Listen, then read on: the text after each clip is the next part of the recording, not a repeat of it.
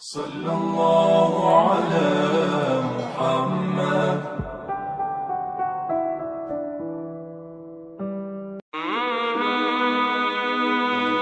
بسم اللہ الرحمن الرحیم.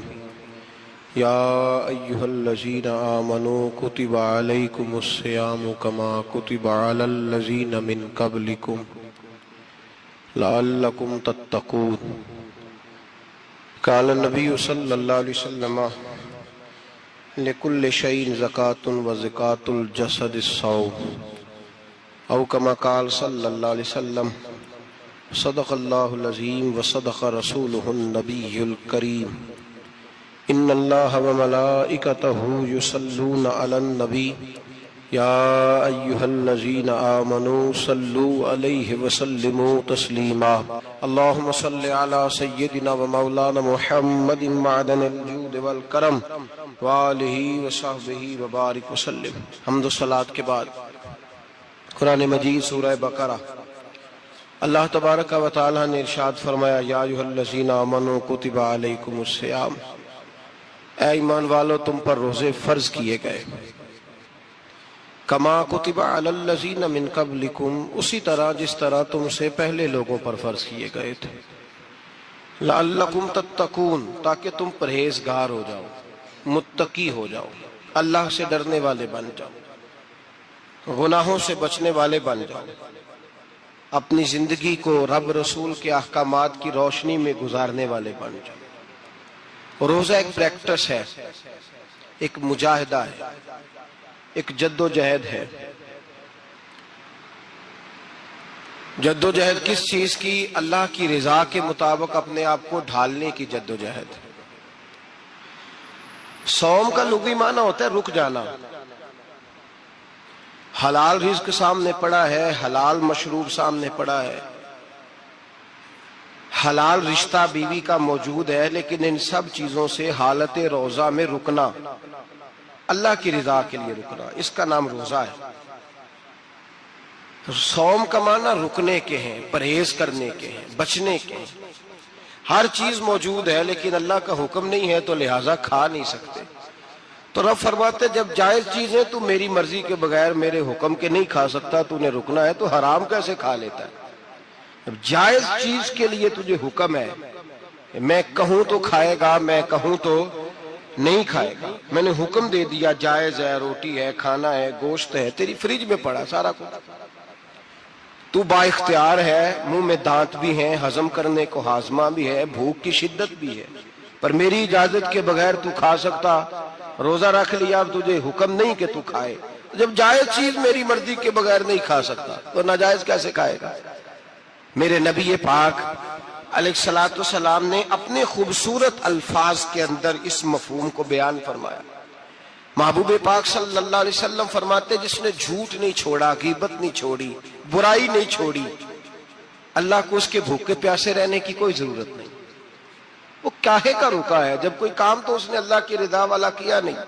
روزہ رکھ کے دغا کر رہا ہے، روزہ رکھ کے جھوٹ بول رہا ہے، روزہ رکھ کے کم ماپ رہا ہے، تول رہا ہے، دھوکہ دے رہا ہے، رشوت لے رہا ہے، فراڈ کر رہا ہے، حرام کا مال اکٹھا کر کے کہتا ہے اس میں سے چلو 10 دیگیں بھی پکا دیں گے.